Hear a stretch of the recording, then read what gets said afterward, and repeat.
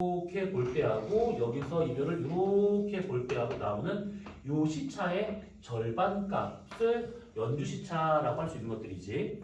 그래서 요만큼을 우리가 연주시차라고 친다고 하면 연주시차와 같은 경우는 단위를 초단위로 쓰겠다라는 거. 1도를 60을 막 쪼개 1분, 그 다음에 1분을 다시 막 쪼개 그러면 다시 60초. 그래서 1도라고 하는 것은 3600초라고 이렇게 표현할 수가 있는 것들이지. 네. 그래서 여기서 연주시차를 통해서 이제 보통 거리를 구하는 것은 아주 간단한 것이 여기서부터 여기까지는 우리가 거리를 알고 있죠. 1AU라고 하는 이 거리를 알고 있어요. 그 다음에 이게 직각삼각형이 되기 때문에 마주보는 각과 그 다음에 빗도를 알기 때문에 예를 들면 뭐 요거를 구하든 이거를 구하든 어차피 거의 비슷한 값이 나오게 될 겁니다. 태양계에서 별까지의 거리는 워낙 멀기 때문에 뭐 크게 뭐 이걸 구하네 저걸 구하네 의미가 없습니다.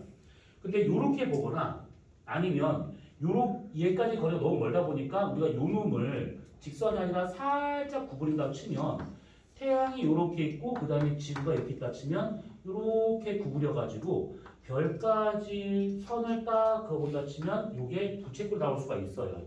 그래서 이것을 우리가 1AU라고 친다고 하고 이것을 연주시차라고 친다고 그러면 반지름만 구하면 되더라 이 얘기죠. 자, 그래서 이 연주시차 갖다가 별까지의 거리를 구하는 방법이 가장 확실하고 가장 좀 뭔가 좀 정확한 방법이긴 하는데 사실은 이 각을 재야 되기 때문에 연주시차 갖다 구할 수 있는 것은 한계가 있다 이런 것들이지. 그래서 보통 거리를 구할 때 뭐 직각삼각형이든 부채꼴 중심각이든 다 필요 없고 그냥 거리는 연주시차의 역수다 이렇게 생각하시면 돼요. 그냥 단순하게. 손을 든 거야? 갔다 오세요. 난 토한다는 줄 알았네. 험한 걸 볼 뻔했네. 자, 그러면 여기서 연주시차가 만약에 1초다. 그러면 당연히 1초분의 1이니까 1파섹이 되고 있는 것이고 연주시차가 0.1초다. 그러면 당연히 10파섹이 될 것이고 0.01초다. 그러면 5파섹이 되고 있는 중이죠. 뭐 이런 식으로 그냥 따지면 돼요. 그러니까 거리 구하는 것은 아주 간단한 거구나. 이런 것들이지. 근데 문제는 아까 이것처럼 각을 재야 된다는 거. 각을. 그래서 각을 잴 수 있는 것이 현재로는 어디까지냐면 여기까지 재요. 여기까지. 0.01초까지. 그러니까 36만 분의 1도 정도까지는 잴 수가 있는데 문제는 그보다 더 작은 각을 잰다? 그러면 오차가 생길 수밖에 없다. 이렇게 볼 수가 있는 것들이죠. 그래서 연주시차를 통해서 구할 수 있는 것은 100파섹까지에 있는 그런 별들. 1파섹은 몇 광년? 3.26광년. 그래서 326광년 안에 있는 이런 별들까지만 구할 수 있다라는 거. 사실 이게 구한다는 것은 의미가 없지. 왜냐하면 326광년이면 우리 은하가 반지름 5만 광년인데 326광년이면 태양계 근처에 있는 것들 몇 개밖에 좀 구할 수가 없다. 이렇게 볼 수가 있습니다. 그래서 쓰는 방법이 두 번째 방법인데 거리지수라고 하는 이 방법을 써요. 거리지수. 자, 거리지수라고 하는 것을 이제 거기서 314페이지에 쭉 나온 게 있는데 이거를 하기 전에 이제 배경 지식으로 몇 가지를 알고 있어야 된다. 뭐 이런 것들입니다.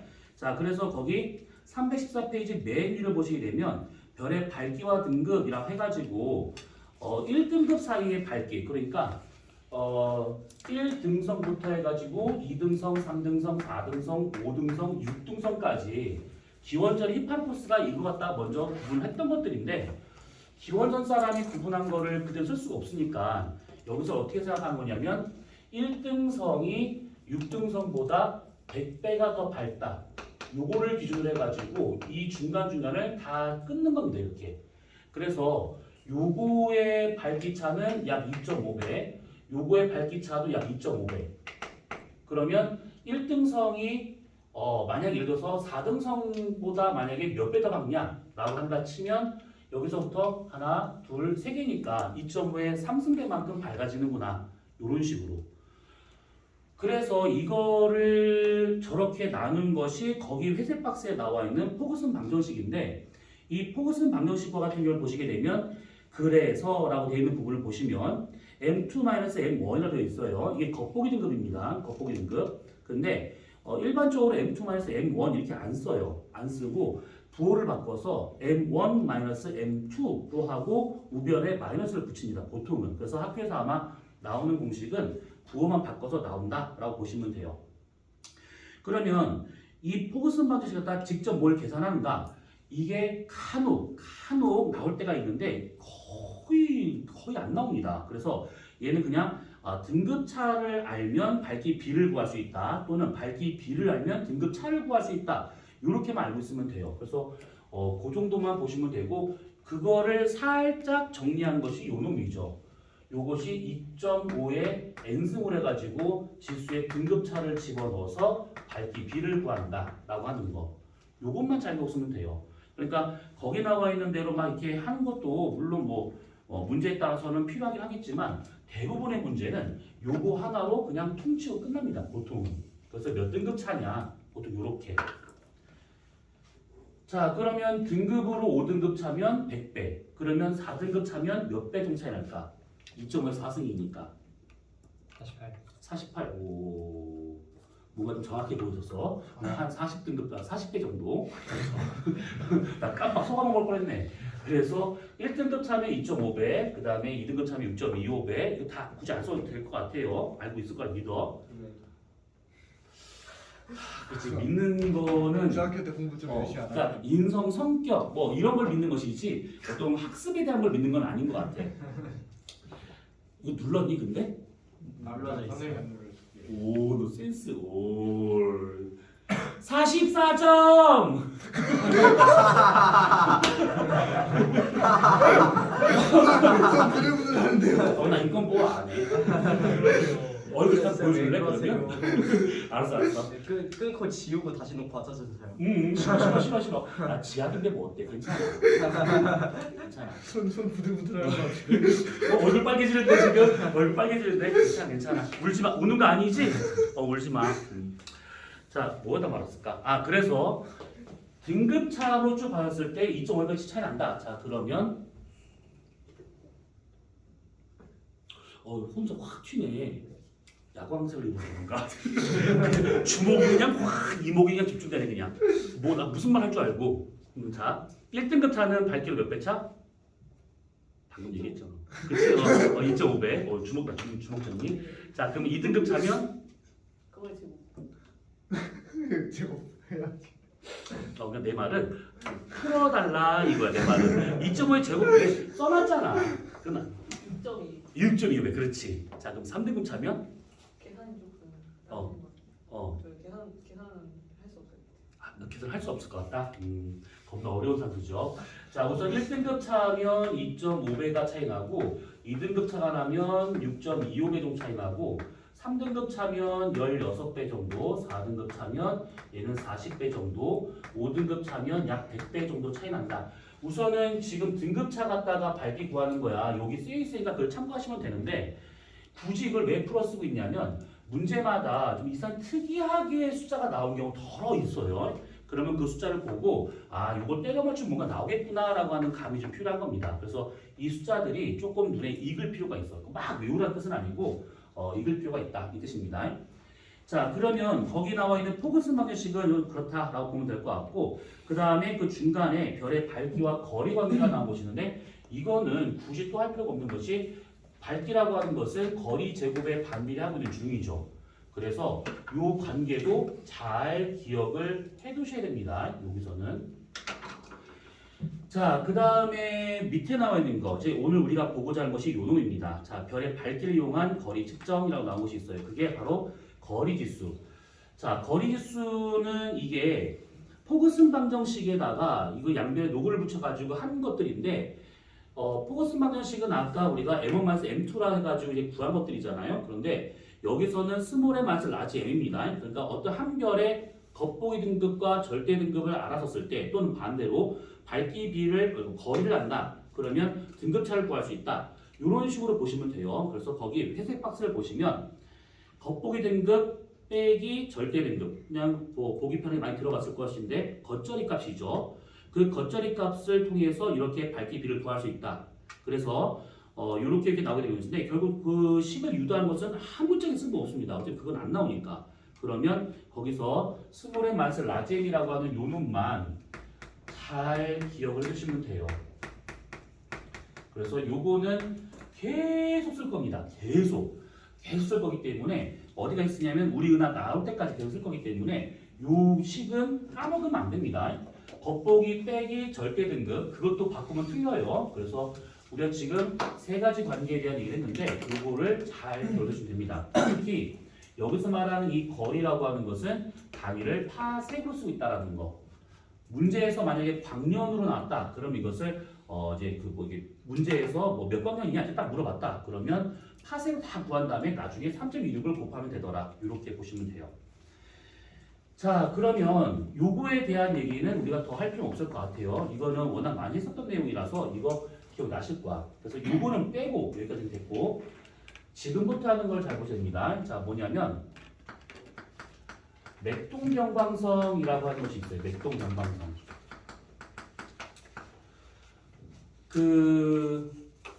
뭐냐면 에드윈 허블이 이제 외부 은하에 대한 연구를 엄청 많이 했던 사람이죠. 그래서 우리 은하 구조부터 시작을 해가지고 우리 은하 바깥에 어떤 은하가 있는가부터 쫙 보는데 그러기 위해서는 뭐 모양이나 형태나 뭐 이런 것들을 물론 보긴 봐야겠지만 이 은하들까지 거리가 도대체 얼마인가를 따져봐야 얘가 멀어지는지 가까워지는지 우주가 현재 어떻게 가고 있는지를 판단할 수 있다. 뭐 요겁니다.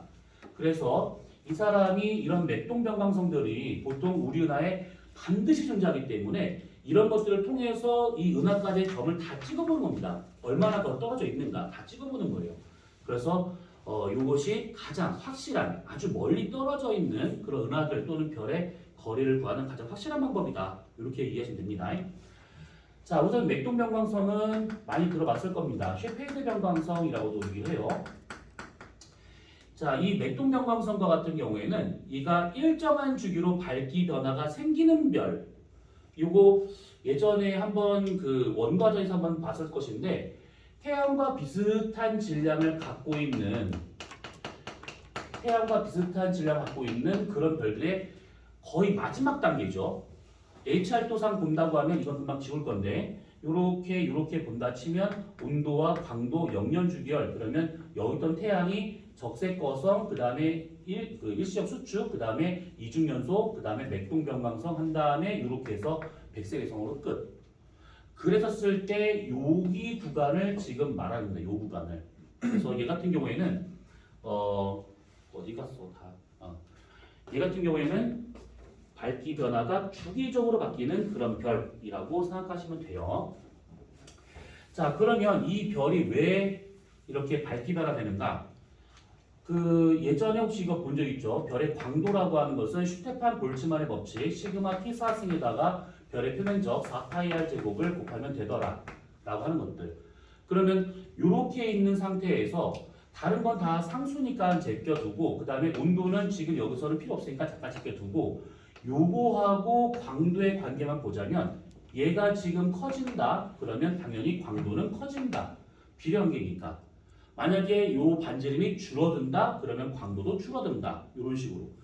자, 그러면 이게 별이 거의 마지막 단계 가서 순위 깔딱깔딱거릴 때 별이 이렇게 팽창을 하거나 또는 이렇게 수축을 하거나 왔다 갔다 한다. 뭐 이 뜻입니다.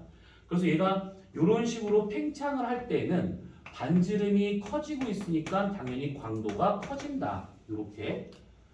그렇죠? 그 다음에 반대로 요놈이 이렇게 수축을 한다. 그러면 반지름이 작아지고 있으니까 광도는 줄어들고 있다. 그래서 이런 식으로 팽창과 수축을 계속 반복하는 이런 별을 맥동병광성 이렇게. 어때? 스물스물 기억나? 요거? 그렇지. 자, 그러면 요거를 갖고 어떻게 할 수 있는 거냐면 먼저 이 맥동병광성의 겉보기 밝기에 대한 그래프가 나와요. 이렇게. 자, 이쪽을 시간이라고 생각하고 단위는 1 정도가 됩니다. 1. 이게 1이 아닐 수도 있어요. 자, 그 다음에 이쪽을 겉보기 밝기라고 한번 가정합시다. 그러면 겉보기 밝기라면 위에 있는 것이 밝은 거, 밑에 있는 것이 어두운 거. 그리고 겉보기 등급으로 바꾼다 치면 위에 있는 것이 숫자가 작은 거, 밑에가 숫자가 큰 거.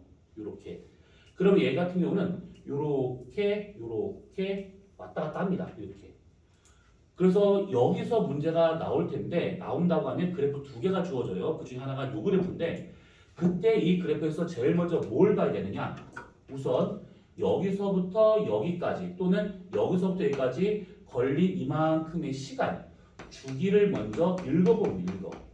계산한 것도 아닙니다. 그냥 읽어요. 그냥 읽고 난 다음에 두 번째는 뭐냐면 최대 밝기가 나타나는 것과 최소 밝기가 나타나는 게 있어요. 그럼 여기가 등급을 치면 등급이 제일 작은 등급이고 등급이 큰 등급. 그랬었을 때 중간값을 읽으면 돼요. 요거 그냥 쓰여 있는 숫자만 읽으면 되더라. 뭐 요겁니다. 요렇게 된 상태에서 하나 그래프가 또 나와요. 뭐냐면 요렇게 나오는 그래프가 있는데 이거는 셰페드 변광성에서 정해진 상수와 같은 그런 그래프니까 이거는 어떻게 변형한다 이렇게 생각 안 해도 돼요. 자, 이쪽을 주기라고 생각을 해보고 이번에는 여기를 절대 밝기라고 볼 겁니다. 그러면 위쪽이 밝은 거, 밑에가 어두운 거. 그리고 만약에 절대 등급을 바꾼다. 그러면 위가 거시기 작은 수, 밑에가 큰 수. 그랬을 때 셰페드 변광성은 크게 두 가지 유형을 나눌 수 있는데 하나가 뭐냐면 이렇게 되는 1형 변광성과 이렇게 되고 있는 2형 변광성 이렇게 두 가지가 있어요. 이렇게 1형과 2형이다라고 하는 것은 사실 구분하는 것은 별 의미가 없는데 1형 변광성과 같은 경우에는 보통 무거운 원소로 되어 있는 그런 변광성일 때, 그 다음에 2형 변광성은 조금 더 가벼운 원소로 되어 있는 그런 변광성일 때 각각 1형과 2형 셰페드 변광성이다 이렇게 말을 합니다. 자, 그러면 이렇게 나왔대. 그러면 어떻게 되느냐? 다 나왔습니다. 주기를 구했어요. 주기. 만약에 예를 들어서 주기가 뭐 한 5일이었다. 5일. 그러면 5일이 여기였대요. 그리고 문제에서 이 광도 곡선이 1형 곡선인지 2형 곡선이가 주어져요. 그러니까 1형이냐 2형이냐 애초에 다 주어집니다. 구하는 거 따로 없어요. 그래서 만약에 이게 1형 변광성에 대한 것이다. 주기가 만약에 예를 들어서 5일이었다. 그러면 5일인 곳에 숫자를 갖고 쭉 올려서 1형이니까 이렇게 쭉 가서 숫자만 읽으면 돼요. 이게 세 번째 절대 등급을 구하면 되더라. 뭐 이 얘기죠. 그러면 다 나왔죠. 여기서 지금 주기를 통해서 이 그래프에서 그 절대 등급을 구했고 여기서 얘네들의 겉보기 등급의 중간값을 구했고 그러면 요거랑 요거를 갖고 거리수에 넣기만 하면 이게 거리가 되더라. 아주 초간단 방법입니다. 그래서 이제 이런 식으로 될 수 있는 것이 이제 맥동변광성이다라고 생각하시면 돼요. 그러면 딱 받았을 때 거리 구하는 것은 그래프 두 개에 나와 있는 숫자만 읽어보면 될 것이고 그리고 저기다가 집어넣기만 하면 끝나는 거구나. 이렇게. 어때요? 어렵지 않죠? 자, 그러면 이제 여기서 조금 더 좀 봐야 할 것이 뭐냐면 요게 있어요. 1형이든 2형이든 간에 주기가 길어지게 되면 광도가 커진다. 이렇게 주기가 길어지게 되면 광도가 커진다. 그러면 잘 생각해 보시면 광도가 커진다라고 하는 것은 그만큼 반지름이 많이 늘어날 수 있는 그런 상태다라고 볼 수 있는 것이고 그 얘기는 뭐냐면 아무래도 이게 주기혈성이 있었을 당시의 질량이 얘가 좀 더 큰 상태였었고 얘가 질량이 좀 더 작은 상태였던 그런 별이었겠구나. 얘네들이 지금 맥동으로 가고 있다는 것은 태양 정도의 질량을 갖고 있는 걸 말해요. 엄밀히 말하면 이 별의 질량이 태양 질량 8배 이하일 때를 말하고 있는 겁니다. 이렇게. 그래서 이상 넘어가면 이런 거 안 나옵니다. 그래서 태양 질량 8배 이하인 별과 같은 경우는 이런 식으로 구하면 되더라. 자, 그다음 깜짝이야. 그 다음에 또 하나는 뭐냐면 여기가 지금 하루예요. 하루. 여기 1일짜리. 1일보다 작은 주기를 갖는 경우가 있습니다. 그랬었을 때 얘네들은 이렇게 됩니다. 이쪽과 좀 다르게 뭐냐면 얘는 주기가 길든 짧든 상관없이 여기에 있는 절대 등급이 정해져 있다라는 겁니다. 이게 얼마냐면 0.5 절대 등급이 돼요. 만약에 문제 딱 봤는데 요 주기가 하루가 안 돼요. 하루가 안 되면 절대 등급 요 그래프가 안 나온다 하더라도 무조건 0.5 절대 등급으로 일정하겠구나. 하루 미만의 주기를 갖고 있으면 0.5 절대 등급이 정해져 있구나. 그러면 이 그래프에서 중간값만 읽으면 거리를 구할 수가 있다. 이 얘기죠. 그래서 요 숫자 좀 기억을 해둘 필요가 있습니다. 네. 위로 올라갈수록 등급이 작아지는 거죠. 그치, 등급이 작아지는 것이지. 더 밝아지는 거니까. 여기서 말하는 EM은 질량. 아, 네. 질량. 여기서 말하는 M은 절대 등급. 자, 우선은 지금 요 그래프에서 이렇게 우선 보면 되고, 그 다음에 여기서 하나 더 좀 생각할 게 뭐냐면 요게 있어요.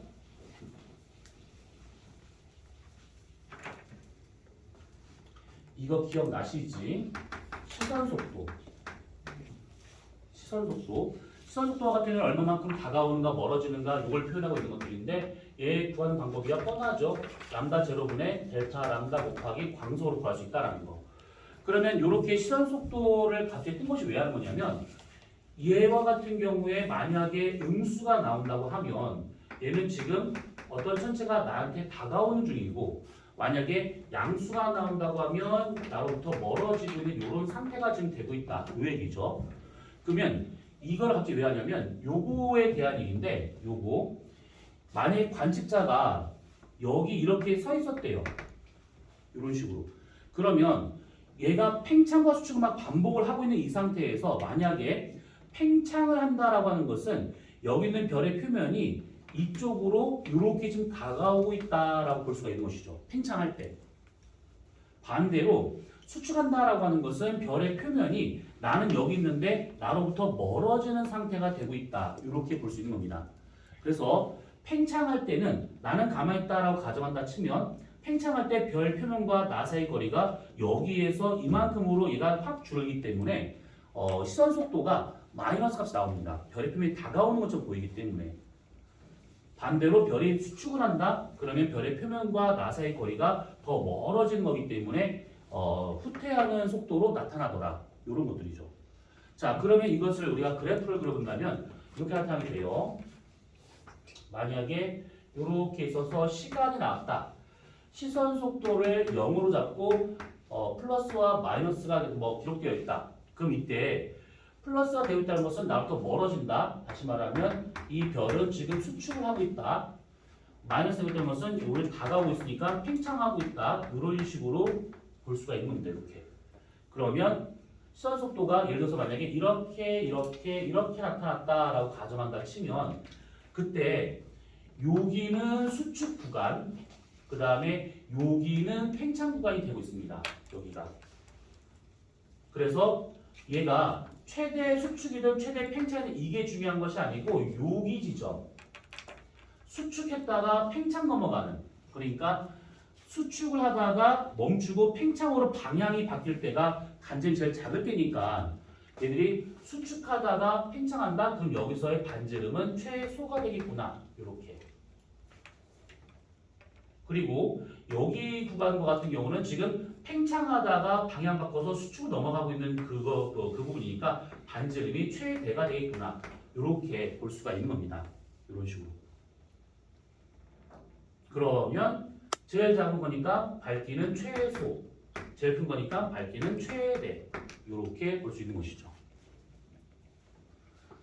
근데 사실 저 그래프 저거 아니에요. 저거 아닌데 이게 지난 교육 과정에서는 조금 저거에 관련된 그래프가 나와서 이제 볼만했었는데 지금은 그 내용이 살짝 빠진 상태예요. 그래서 요거는 나중에 우리가 관련된 내용이 나오면 그때 좀 더 보기로 하고 우선은 저렇게 되고 있구나 정도로 이해하시면 될 것 같아요. 이거는. 그래서 이렇게 그 광도 주기하고 그 다음에 이렇게 정해져 있는 이런 그 1형과 2형의 절대 등급 주기 관계에서 이제 거리를 구한다. 그리고 더 추가해 보자면 팽창 수축할 때 시선 속도의 변화가 생기기 때문에 저런 곡선으로 그릴 수 있다라고 하는 것들. 막 어렵진 않았으니까 이해됐을 거라 믿어요. 자, 그러면 셰페이드 변광성을 통해서 이제 거리를 구한다. 아주 간단한 방법으로 구하기만 하면 되더라. 그냥 관측만 하면 되는 겁니다. 그냥 단순하게. 자, 그러면 자 여기까지 그렇다 보고 뭐 뒤쪽에 있는 개념 확인 문제는 나중에 정말 개념이 있는가 없는가 한번 확인해 보세요.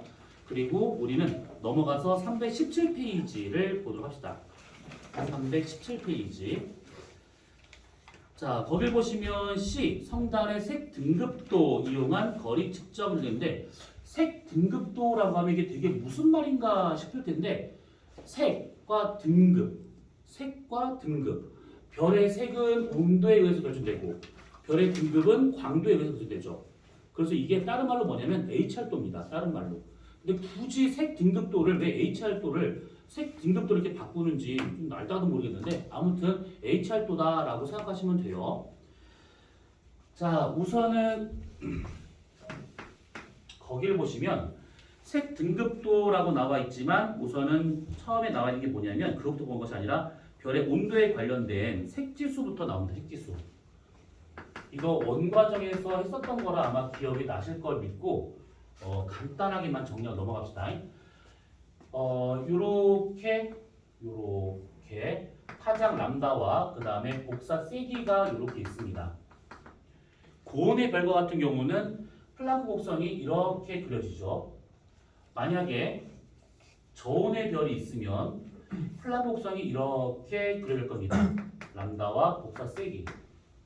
그 다음에 어떤 별과 같은 경우에는 요렇게 해가지고 똑같이 람다와 복사 세게 되는데 이것이 요렇게 나오는 경우도 있을 거예요.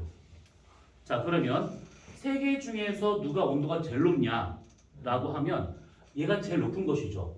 왜냐하면 람다 맥스의 위치를 보게 되면 얘가 왼쪽으로 치우쳐진 상태입니다. 얘는 오른쪽으로 치우쳤으니까 온도가 제일 낮은 것이고 얘는 가운데쯤 되고 있으니까 온도가 적당한 거구나. 물론 적당이라는 표현은 그렇긴 하지만 자, 그래서 얘가 지금 고온의 별, 그 다음에 얘가 저온의 별. 고온의 별과 같은 경우에는 B-V 지수는 음수일까요? 양수일까요? 염일까요? 음수. 그래서 요것은 요렇게. 얘 같은 경우는 마찬가지로 B-V 지수는 양수. 그러면 얘는 이쪽 면적과 이쪽 면적이 거의 비슷하기 때문에 B-V 지수는 0이 되더라. 이렇게. 그래서 이것만 딱 보고 그냥 색지수가 뭔지 기억만 되살리면 돼요. 특히 요거 온도 얼마일까요? 오, 전화 왔다. 얘는 그럼 분광형은 무슨 형? 어이? A형.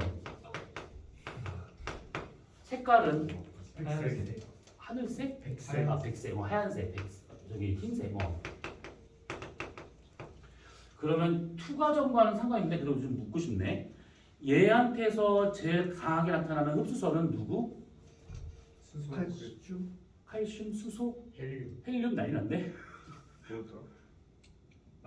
마그네슘 맞죠? 수소는 수소입니다. 근데 1, 1 중성수소. 중성수소가 제일 강하게 나타나고 있는 중이죠. 저게 좀 강하다라고 하는 것은 사실 지금 이 상황은 중요하지 않아요. 그냥 그런 것이 있구나 정도로만 알고 있으면 되는 겁니다. 얘네들은 사투를 벌이시는 사투를 벌이셔. 괜찮은 거지? 그냥 갑자기 막 눈이 막 모였다가 흰자가 보였다 그래서 내가 무서워서 그런 게 정신 차려봐. 여기 어딘지 알지? 병원이구나 여기가. 환자분 정신 드시죠. 소생 프로젝트. 진짜 그래도 과거니까 편하긴 한다. 일반고 이거 하나하나 다 설명해가면서 막 누가 질투한다고 그러면 왜 하냐, 너 미쳤냐부터 해서 막 억지로 말리고 막 이러는데 그래도 다행이네요. 금방 할 수 있어서. 자, 그러면 우선 요렇게 네. B랑 V 괜찮아. 지금 시간 있을 때 물어봐야 돼. 필터를 이용하는 방법이죠. 색지수와 같은 경우에는 결론적으로 봤었을 때는 단파 영역에 해당하는 등급에서 장파 영역에 해당하는 등급을 뺀 겁니다. 그러면 여기서 가시광선 여역대 중에서 이렇게 비필터를 이용하는 것 같은 경우에는 지금 청색계통, 그러니까 블루라고 생각하시면 되는데 청색계통에 있는 빛만 남겨놓고 나머지를 다 걸러낸다. 이렇게 생각하시면 되고 여기서 이 V와 같은 경우에는 비주얼 또는 비접을 그래가지고 눈으로 볼 수 있는 거, 그러니까 노란색이나 적색계통이다라고 생각하시면 돼요. 그래서 그냥 청색이니까 그냥 적색이다라고 가정합시다. 이렇게.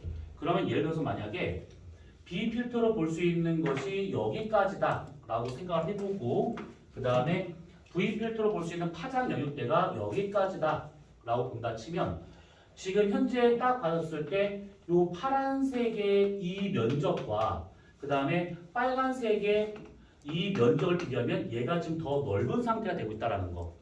면적은 밝기, 나한테 들어오는 에너지량. 그러면 딱 봤을 때 얘가 같은 별인데 B 필터로 보는 게 V 필터로 보는 것보다 훨씬 더 밝게 보이는구나.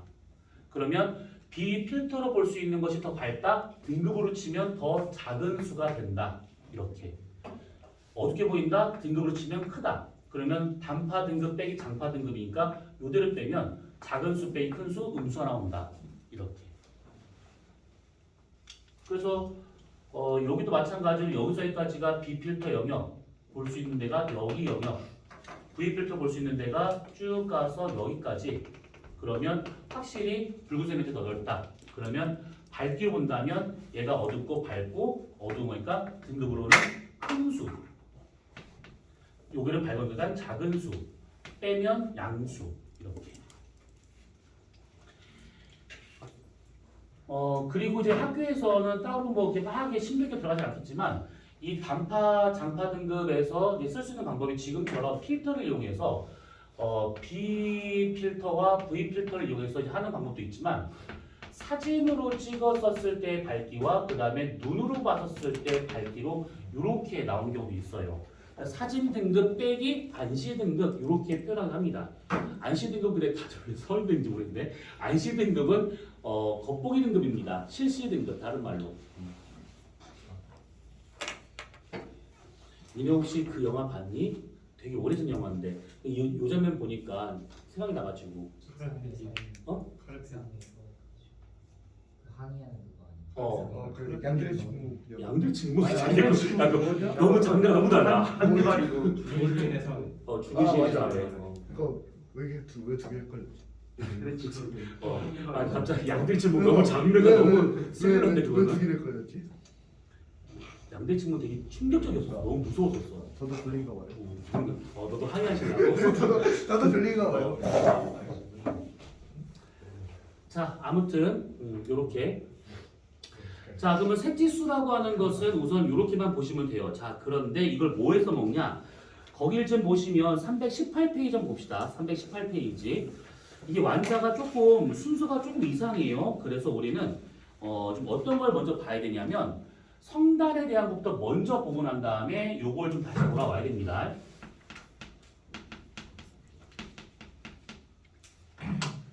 성단. 네. 성단. 자, 별성자의 물이 단자입니다. 그래서 별이 물이 지어 있다라고 이해하시면 돼요. 자, 이 성단과 같은 경우에는 우선은 다들 어디 가는 거? 자, 성단과 같은 경우에는 먼저 요걸 따져봐야 되는데 우리 은하를 옆에서 보게 되면 이렇게 납작하면서도 가운데 이렇게 별이 많이 모여 있는 이런 구간들이 있어요. 자, 그래서 이건 명칭이니까 기억을 해주셔야겠지. 여기 가운데 이 부분을 은하의 중심부라고도 하지만 평소 많이 쓰는 것은 팽대부라는 표현을 많이 씁니다. 팽팽하게 큰 부분이라고.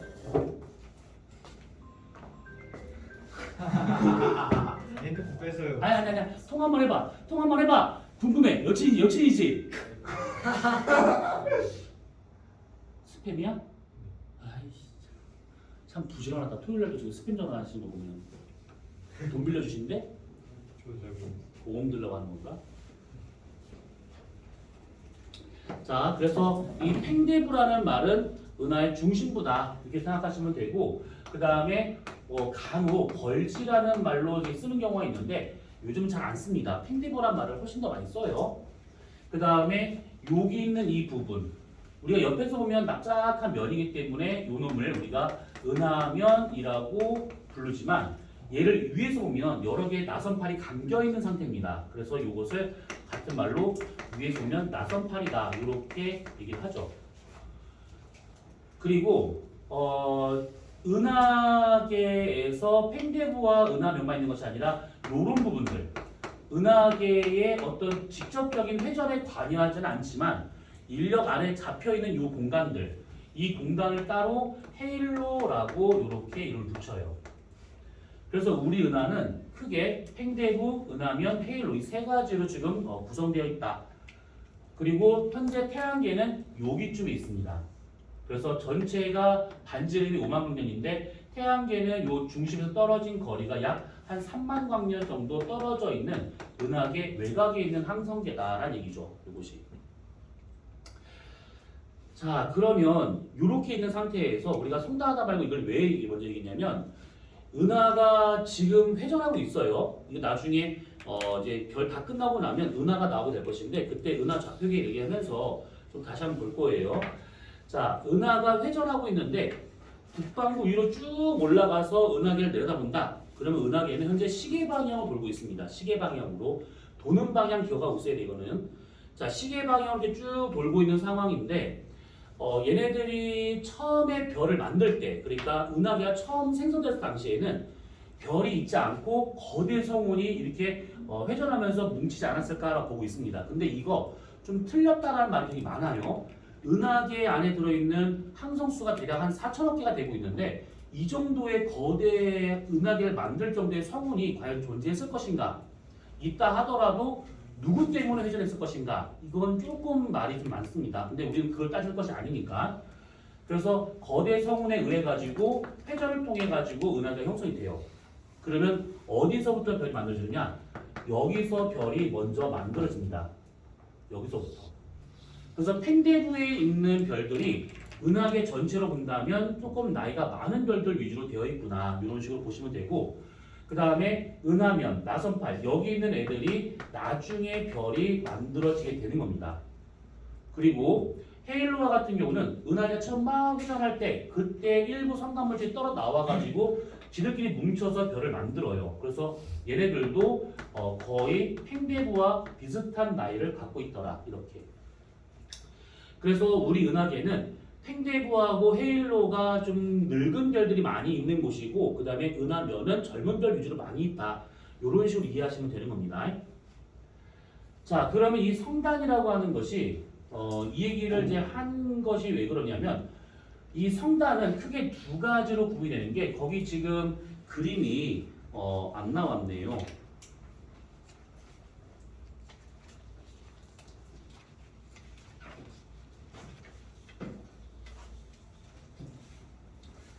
이제 복사를 안 해줬던 문제인데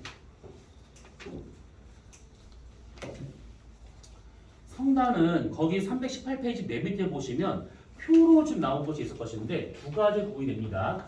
하나는 구상성단, 하나는 삼계성단. 이렇게 두 가지로. 자, 성단, 별이 모여있는 집단을 말하고 있는데 저 이름만 딱 보면 구상, 구형으로 뭉쳐있는 별의 집단, 구형으로. 삼계성단은 별이 모여 있는데 어떤 특정한 모양 없이 이게 흩어져 있는 듯한 불규칙한 모양을 되어 있는 것들을 삼계성단. 그래서 이 구상성단과 삼계성단이 있는데 이 구상성단과 같은 경우는 주로 우리 은하에서는 팽대부에 많이 있어요. 그 다음에 삼계성단은 우리 은하면에 많이 분포해요. 그리고 구상성단은 팽대부만 있는 것이 아니라 헤일로에도 많이 있어요. 그래서 주로 구상성단을 이루는 애들은 지금 딱 있는 위치를 보면 늙은 별들이 많이 모여있는 그런 별의 집단이구나 이렇게 볼 수 있는 것이고 삼계성단과 같은 경우는 은하면 나중에 만들어진 별들에 있는 그런 집단이다 보니까 젊은 별 위주로 많이 되어 있겠구나 이런 식으로 우선 구분을 해볼 수가 있는 겁니다. 이렇게.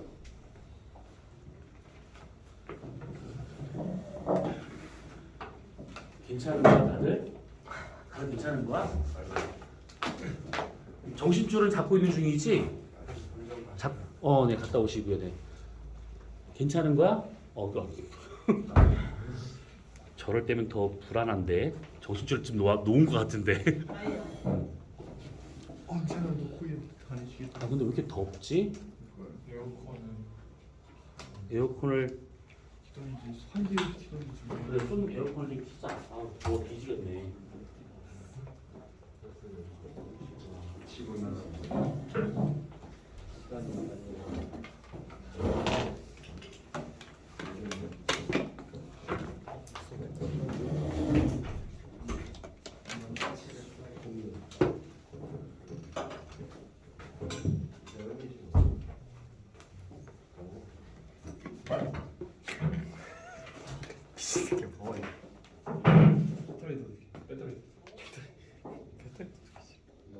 처음으로 7시 8시 전에 했어.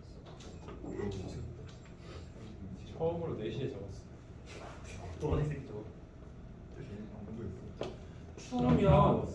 추우면 좀 참아.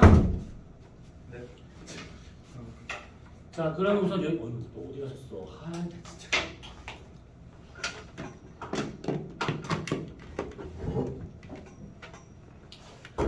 자, 그래서 차분하게 보자. 여기 보세요, 여기 보세요.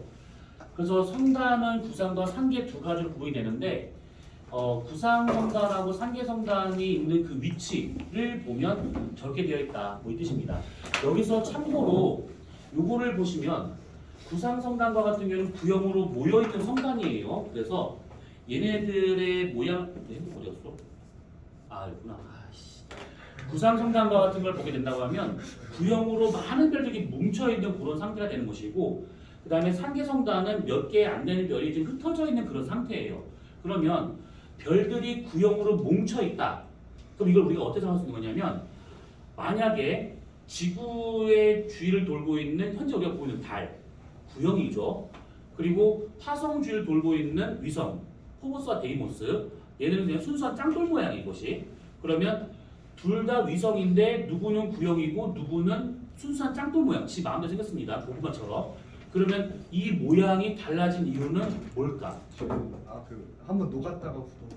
그치, 그것도 물론 주행하겠지만 중력, 끌어당기는 힘이 어떤 가지 다 달라집니다. 그래서 얘네들이 만약에 질량이 커서 끌어당기는 인력이 크다 그러면 이 천체들은 거의 이렇게 구형을 많이 뭉칠 수 있는 것들인데, 이렇게 포보스나 데이모스처럼 어떤 그냥 감자 모양으로 되어 있다라고 하는 것은 얘가 갖고 있는 질량이 너무 작다 보니까 모양을 제대로 잡지 못한다라고 볼 수 있어요. 그래서 구상성단이 이렇게 빼곡하게, 나중에 사진 볼 겁니다.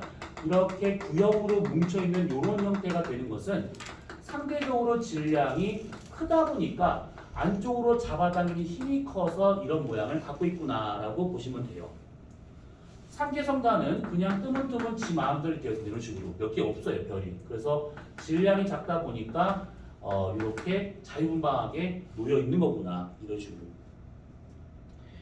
아직 너네는 고등학교 2학년이라서 지금 이런 말을 잘 안 들어봤을 것인데, 상계란 말 들어본 적 있어? 없지.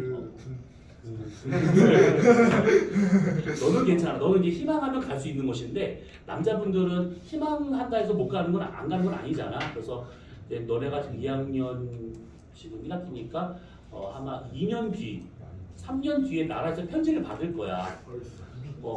얼마 안 남았죠. 한 2, 3년 뒤야. 그래서 편지를 받잖아. 그러면 언제 어디로 몇 시에 뭘 준비해서 오세요. 그럼 따라가면 돼. 그냥 가서 이제 감금 생활을 하게 될 건데, 그때 막 진짜 막 더울 때 또는 막 추울 때, 요때를 제외하고는 매번 훈련 받을 건데, 막 야산에 사람들 다 풀어놔. 그러고서 갑자기 저기서 뭔가 들려. 산개 막 이게 들려. 그게 뭐냐면 흩어져라는 뜻이야. 그래서 야산에서 미친 듯이 그냥 다 흩어져. 짱 박혀야 돼. 막 나무 뒤에 숨고 막 구덩이 들어가고 막 막 그러고 있다가 이제 그런 형태. 그러니까 흩어져 있는 그런 모양이다라고 생각하시면 돼요. 자, 그러면 여기서 왜 군대 안 가? 아니요. 재밌겠다는데요? 재밌겠다는데. 아, 재밌겠다고? 근데 진짜 재밌어. 난 재밌었어, 진짜로. 군대 또 가라면 못 가겠지만, 근데 재밌었어. 3개월. 3개월? 3개월? 3일도 힘들걸? 재밌긴 하지만 3일 버티기도 힘들 거야. 자기 의지로 나올 수 있으면 아마 3일 내로 나올 거야. 그치, 자기 의지로 못 나가니까 그러는 거야. 자, 그러면 이 성단과 같은 경우에는 이렇게 이제 우리가 한번 쭉 표로 한번 정리합시다. 요거 이제 지울게요.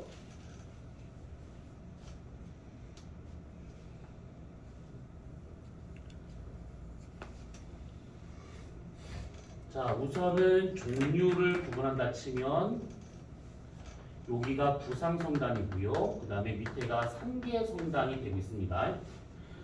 모양을 사진으로 보여주면 좋긴 하겠지만 지금 여의치가 않으니까 구상성단은 이렇게 구형으로 많은 별들이 뭉쳐있는 그런 상태고 상계성단은 몇 개 안 되는 별들이 약간 불규칙하게 모여있다. 그래서 모양만 보고도 이제 구분할 수 있는 것인데 그 안에 들어있는 별의 수를 따져보자면 아무래도 얘가 구형으로 뭉칠 정도 된다 그러면 상당히 많은 별들이 많이 모여있다라고 보시면 돼요.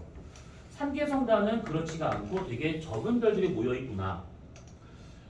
그리고 또 하나 봐야 할 것은 뭐냐면 이 구상성단이나 상계성단이 우리 은하 어디에 위치하고 있는가라고 본다고 하면 지금 미쳐버리겠네.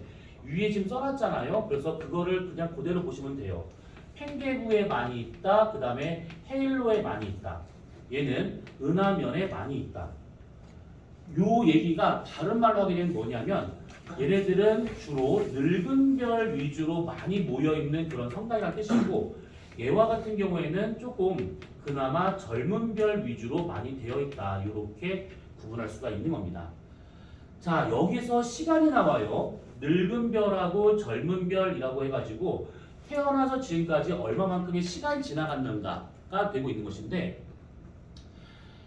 원과정에서 했던 거 잘 생각해봐요. 원과정에서 H활도상 보면 영년주결 있네. 대략 중간을 잡고 질량이 큰 주결성과 질량이 작은 주결성이 있어요. 누가 더 빨리 진화할까? 큰 거가 훨씬 더 빨리 진화하겠지. 얘 같은 경우에는 질량이 크다 보니까 안에서의 온도 압력이 너무 높아가지고 금방 다른 행령으로 막 넘어갈 수가 있습니다. 그러다 보니까 주결성 수명이 좀 짧더라 이렇게 볼 수가 있는 것들이죠.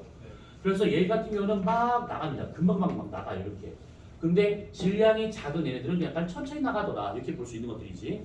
자, 그럼 이 얘기를 왜 했냐면 구상성단과 같은 경우에 처음에 이런 성운들이 거대한 성운들이 이렇게 있을 겁니다. 이렇게 있는 상태에서 우리가 다음에 성운 다시 한번 할 건데 이런 성운이 있는 상태에서 얘네들이 다 한 곳으로 뭉치는 것이 아니고 군데군데 이렇게 뭉쳐요. 군데군데. 그래서 별들이 막 만들어집니다. 이렇게. 그러면 이때 이 별들은 하나의 성운에서 같이 만들어진 거기 때문에 나이가 거의 비슷해요. 나이가. 그러면 나이는 비슷하지만 어떤 주결성은 질량이 큰 것이 있을 수도 있고 어떤 애들은 질량이 작은 것도 있을 수 있겠지. 그러면 이때 동시에 태어났다 하더라도 질량이 큰 애들은 되게 빠르게 진화를 하겠지만 질량 작은 애들은 느리게 진화하더라. 요 얘기입니다.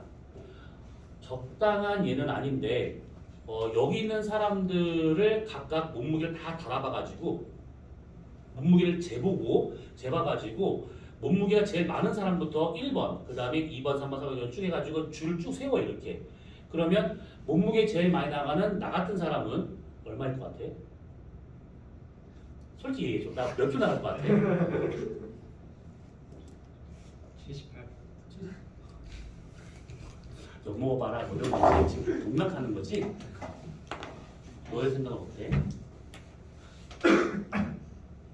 83? 농락하는 것 같은데. 아니 진짜로 진짜. 진짜로? 아니 거기에는 그렇게 안 나와요. 그렇게 보인다고? 아니 저는 사람 몸무게 아니 너 그냥 뭐 네가 사람 들어봤긴 얘도 안 들어봤을 거야. 그냥 제가 느낌이 들어봤을 거예요. 느낌이 어떤가 하는 거지. 난 궁금해서 그래. 내가 어떻게 보이는가. 그래. 너 공개할 수 있어? 몸무게? 준이 80 좀안 85 아니야? 그것보다 높지. 아 그래? 85보다 높아? 예. 와. 그러면 90 높아? 아니. 아 그래. 나는 90 넘을까 안 넘을까? 아 그럼. 안 넘어? 나 한 끼만 더 먹으면 100 찍는데? 한 끼만 먹으면 100이야. 한 끼 보통 한 1kg 먹으니까 그러니까 지금 이게 좀 간당간당해. 두 가지 왔다 갔다 이러고 있는데 아무튼 그래요. 아직 그 얘기할 때 아니냐 지금. 자 아무튼 그래 살 많이 쪘어요. 그렇게 안 보이시네. 다행이다. 다행인데 오동통해요. 자 그래서 얘처럼 그러니까 우선 이렇게 일로 쭉 세워놔. 그 상태에서 이 제일 뚱뚱한 사람, 뚱뚱하지 않고 제일 체격이 많이 나간 사람부터 줄져 나간다 생각해보는 거야. 그러면 이것이 우리가 H활도상에다 이렇게 표시 한번 해보잖아요. 그러면 처음에 여기에 막 점들이 막 찍혀 있을 거라고. 주결성으로 존재한다라고 가정을 해보고 그러면 이때 질량 큰 애가 먼저 진화해서 여기까지 나왔대. 그러면 나머지는 질량 작은 거니까 아직은 주결성으로 존재하고 있을 거다 이렇게 볼 수 있는 것이죠. 근데 시간이 더 지나서 만약에 얘가 더 가서 여기까지 왔대요. 그러면 그때 여기 있는 주결성 중에서 얘보다 질량 작은 애가 이제 막 빠져나오려고 해요. 이렇게 이런 식으로 시간이 더 지나면 얘는 더 앞에 가서 여기 있을 것이고 얘는 좀 더 가서 여기 있을 것이고 이제는 여기 있는 애가 이제서야 빠져나갈지 이렇게. 그래서 질량 큰 것부터 순서대로 얘가 이 주결성에서 하나 둘 빠져나오기 시작합니다. 줄지어 가면서. 그래서 이런 식으로 쭉 가는데 이 성단 전체가 만약에 오랜 시간이 지났다면 질량 큰 애들은 벌써 진화를 많이 해가지고 막 초거성도 있을 것이고 막 초신성 폭발해서 벌써 사라진 것도 있을 것이고 막 난리 났겠죠. 그리고 태양과 같은 요만큼에 있는 질량 있는 애들 같은 경우에는 얘들이 이제 빠져나가기 시작해요. 그래서 요 진화 경로대로 이렇게 나타나더라. 이런 식으로. 그러니까 질량이 큰 것부터 작은 것까지 일렬로 쭉 줄을 세우는 상태에서 질량 큰 것부터 빠져나가면서 그 뒤에 따라서 얘가 따라 나간다. HR 또 상에서. 그래서 이런 식으로 빠져나가는 이런 형태의 그림이 나온다. 이거예요. 그러면 이제 태양의 진화 경로가 어떻게 알게 됐는지가 대략 좀 가늠이 되지.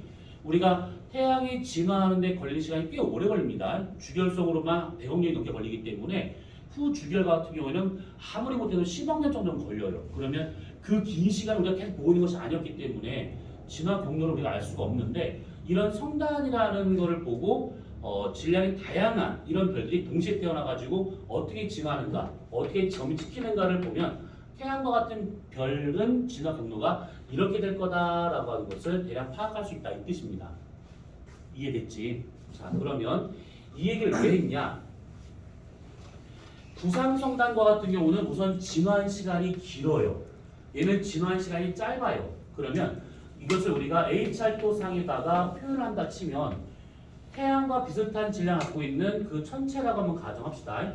그러면 온도와 광도 관계에서 영년 주결이 이렇게 있어요. 그러면 진화를 오래 한 애들, 그러면 질량이 큰 애들은 이미 벌써 초고성 빠져나가서 막 빵빵 터지고 이제 사라졌고 질량이 작은 애들은 아직 여기에 이렇게 남아있는 상태가 돼야겠죠. 여기쯤에 아직 질량이 작아서 주결선을 벗어나지 않은 수명이 긴 그런 별들은 아직 여기에 남아있습니다. 그리고 얘보다 질량이 큰 여기 있는 애들은 벌써 이 빠져나가서 이렇게 가서 적색거성으로 많이 이렇게 분포하고 있을 것이고 이것이 살짝 이렇게 한 다음에 다시 이렇게 해서 이런 식으로 성단내에 있는 별들을 점을 찍어보면 대략 이런 그림이 나오더라라는 겁니다. 성단에 무수하게 많은 별들이 있는데 그 별 하나하나에 다 온도와 광도를 다 찍어보니까 이런 뭔가 특별한 패턴이 보이더라라는 겁니다. 이렇게. 그래서 이런 식으로 보인다면 여기 있는 애들이 우리가 알고 있는 주결성, 그 다음에 여기 있는 것이 적색거성, 그 다음에 여기 있는 것들이 이제 맥동변광성과 그 다음에 행성상성을 만드는 그 과정이구나 라고 볼 수가 있는 겁니다. 물론 일부 여기에 백색 외성으로 찍히는 경우도 있긴 하겠지만 지금 이 상황에서는 그 중요하지 않으니까 그걸 뺄 필요가 있어요. 자, 그래서 거기 밑에 보시면 318페이지 맨 밑에 보시면 부상성단 HR도 나온 것이 있을 것인데 이름이 이게 무슨 이름이에요? 라고 할 텐데 주결성이라는 것은 요걸 말해요. 요거 거기 나오는 그림을 보면서 하시면 돼요. 그 다음에 적색 거성 가지는 그냥 뻗쳐있는 나무에서 뻗쳐있는 그런 가지라고 생각하시면 돼요. 그래서 적색 거성으로 가고 있는 적색 거성 가지라고 볼 수 있는 것이고 그 다음에 점근 거성 가지인데 얘네들이 지금 점근 거성 가지는 이중 연소가 되면서 맥동 변방선을 가고 있는 그 형태다라고 이해하시면 되고 그 다음에 수평 가지라고 하는 것은 이거는 이쪽으로 해서 이제 행성상성을 만들고 있는 그 정도의 진화라고 보시면 돼요. 백색 외성은 따로 필요 없고요.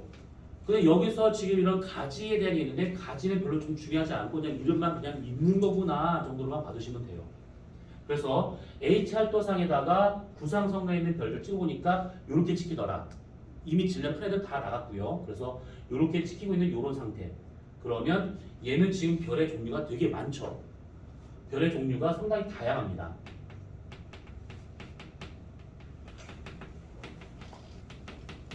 주결성부터 해서 적색거성도 있고 이중 연소의 적색거성도 있고 맥동 변방성, 백색 외성, 행성상성도 만들고 있는 거죠. 뭐 난리도 아닙니다. 이렇게 아주 많아요. 근데 삼계성단은 태어난 지 얼마 안 된 성단이야. 그 말은 뭐냐면 아직 진화할 수 있는 시간이 충분하지 않았다라고 볼 수 있습니다. 그래서 여기에 주로 주결성을 이렇게 많이 모여있다 라는 뜻이네요. 이런 식으로 찍혀있는 점의 개수도 되게 적어요. 여기가. 자, 그래서 이렇게 되어 있다 보니까 별의 종류는 아주 단순하구나, 있어봤자 주결성이구나, 이렇게 이해하시면 됩니다. 자, 그런데 삼계성단이 한 개만 있는 게 아니죠. 되게 많습니다.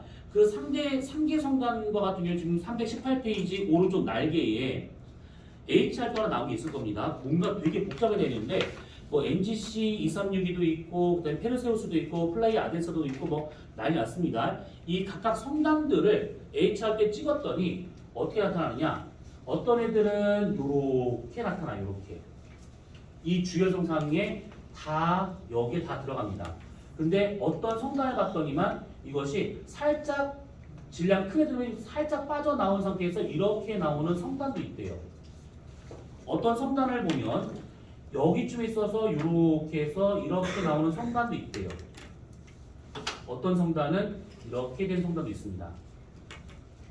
자, 이 얘기는 뭐냐면 여기 있는 이 노란색 별들은, 노란색 성단과 같은 경우는 질량 큰 애들이 빠져나와서 이미 여기까지 왔다, 진화를 해왔다 라고 볼 수 있는 것이고, 빨간색 있는 이 성단과 같은 경우는 질량 큰 애들도 이미 빠져나와서 적색 초고선 간 것이고, 그 다음 질량 작은 애들이 이미 빠져나오고 있는 중이구나, 이렇게.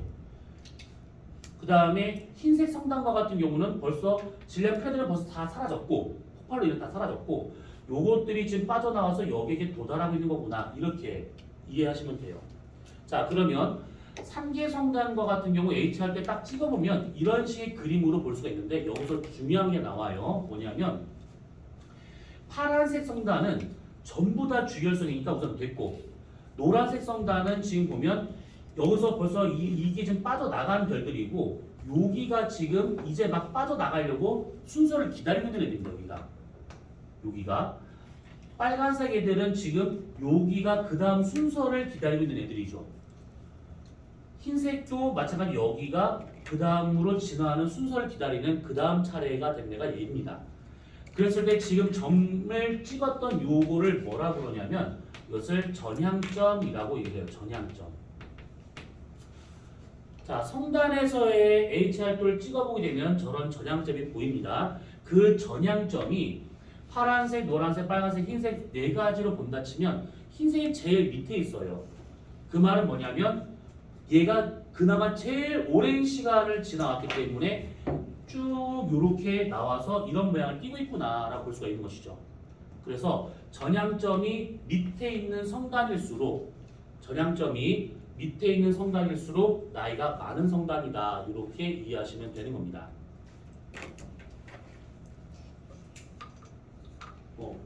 됐지? 요거는. 자, 그래서 이렇게 따져보면 될 것 같아요. 그리고 여기서 이거 말고 요거에 대한 그래프를 좀 다시 한번 살짝 그려봅시다. 삼계성단을 만들 수 있는, 그러니까 어떤 성운에서 원시성이 만들어지고 삼계성단으로 얘가 진화해서 이제 끝날 때까지 HR도를 살짝 그려보자면, 요거 지금 적색거성 여기다가 지금 쓰는 건데 삼계성단을 말하고 있는 거니까, 처음에 HR도 상에서 이렇게 있어요. 영년주결이 있습니다. 그러면 처음에 원시성들은 요 선에 대해서 이쪽 영역에는 존재하지 않아요. 온도가 높은데 어둡다? 그런 적 없습니다. 그래서 요 영년주결의 오른쪽 위 여기에 많이 있어요. 원시성들 같은 경우는.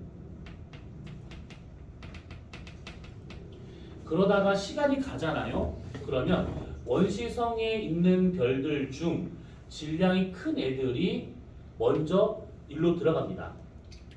그래서 여기에 점이 찍혀요. 질량 큰 것부터 먼저 들어가겠죠.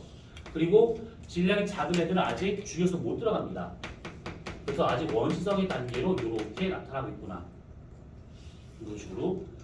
그리고 한 다음에 시간이 더 지나잖아요. 그러면 질량 작은 원시성들, 얘네들이 이제 들어가기 시작합니다. 주결성으로 진화를 해가지고. 그래서 여기에 점이 찍혀요. 시간이 더 지나서 이 성단이 나중에 된다고 하면 질량 큰 애가 먼저 빠져나옵니다. 이렇게.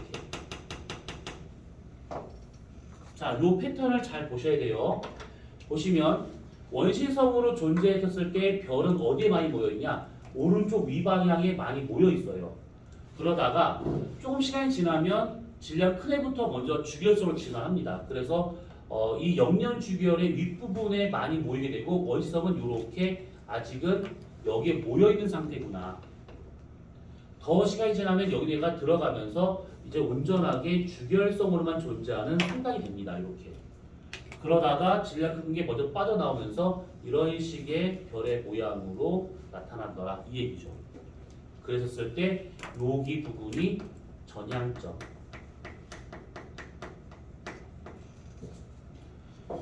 시간 흐름대로 본다면 이렇게 있다가 위부터 들어가서 그러니까 밑에가 들려있는 상태죠. 그러다가 일자가 됐다가 머리부터 들린다. 이런 식으로. 그래서 성단의 H 활동을 본다면 얘가 어떤 누가 더 나이가 많은지를 판단할 수 있는 겁니다.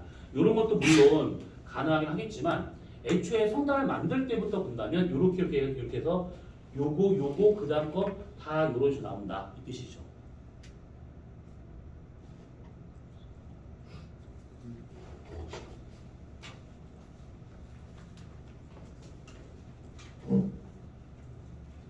어때요? 여기까지 이해 되셨을까요? 그래서 여기서는 따로 지금은 우리가 막 계산할 건 없습니다. 아까 거의 초반에 얘기했었던 밝기 등급의 관계, 밝기 거리 관계, 그 다음에 밝기 등급과 거리 관계, 그래서 거리수 했던 거 있잖아요. 그거. 포그슨 방정식은 그냥 우선 그런가 보다 하고 넘어가시면 될 것 같고, 그래서 성단에 대한 걸 받았었을 때 이렇게 정리를 하면 되는 겁니다. 이것이.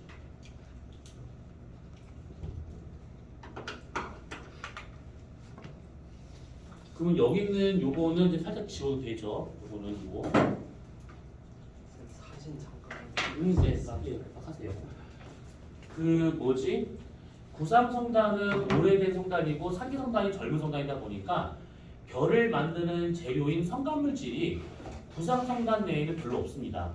그러니까 벌써 그런 성간물질이 다 별에 붙어 있는 상태이기 때문에 성단 내에 그런 성간물질이 별로 없는데 이 산기 성단과 같은 경우는 지금도 별을 만들고 있기 때문에 아직까지 성간물질이 많이 있는 상태다. 이렇게 이해하시면 돼요. 그래서 요거를 조금 더 연장해서 보면 요걸 지울게요. 이렇게 본다고 치면 성간물질의 양, 성간물질에 대한 것은 우리가 다음 주에 더 얘기할 부분입니다. 그래서 얘는 여기 양이 상당히 적고요. 산계 성단 내에선 성간물질 양이 많아요.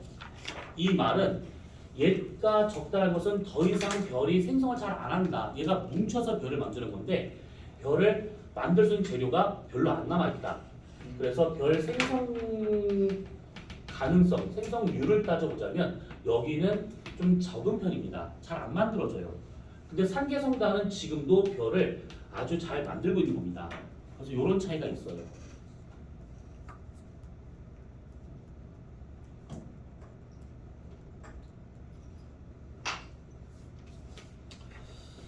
자, 그러면 거기 318페이지까지 나온 내용들은 우선 이렇게 간단히 본데 우리가 지금 별의 거리를 지금 구하는 방법 중에 지금 성단이 갑자기 지금 들어왔어요. 이게 왜 그런 거냐 하면 318페이지 맨 위에 나와 있는 색 등급도, 그러니까 HR도에다가 이제 얘들을 좀 서로 짝 맞춰 보는 겁니다. 주기열성에 짝 맞춰서 이제 구할 수 있는 방법인데 얘는 지금 시간 관계상 못할 것 같고 다음 주에 요 얘기를 좀 마무리 지으면서 문제를 좀 풀어보도록 합시다. 요거는 내용이 얼마 안 남았기 때문에 뒤쪽으로 이렇게 보면 될 것 같아요. 자, 그러면 이렇게 보고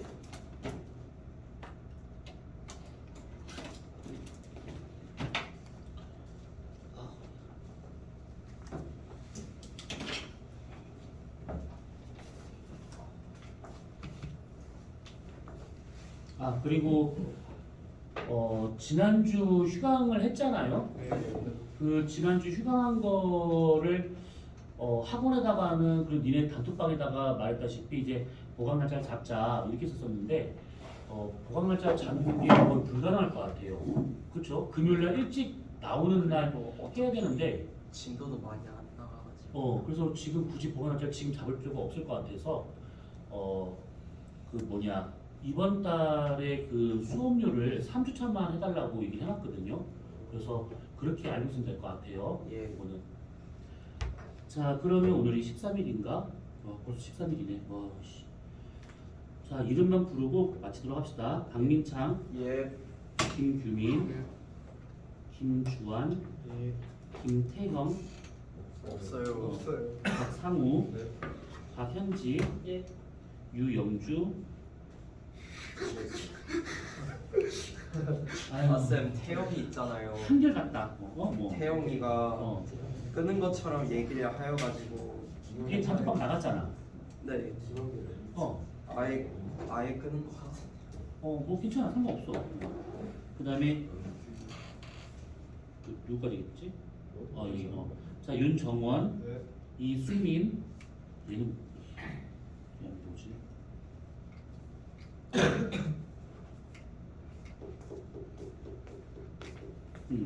자, 그 다음에 이준서, 이요한, 윤준희, 박준서, 권형서, 없어요. 강민우, 없어요. 이우진. 없어요. 그럼 다 불렀나? 일곱 열. 이름이 어떻게 돼? 임경석? 임경석? 민경석? 민경석. 뭐지? 아니 화요일 날 전화를 받았는데 나 까먹었어. 미안해. 화요일 날 전화 받았어. 너무 오래전이다.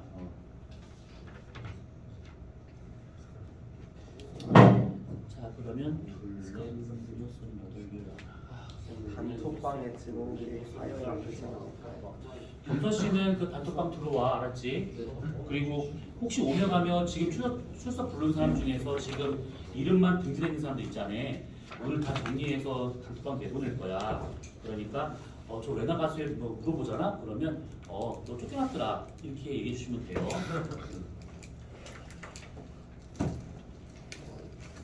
기말고사가 며칠이지? 잠깐만. 7월 중반. 저번에 한것 같은데.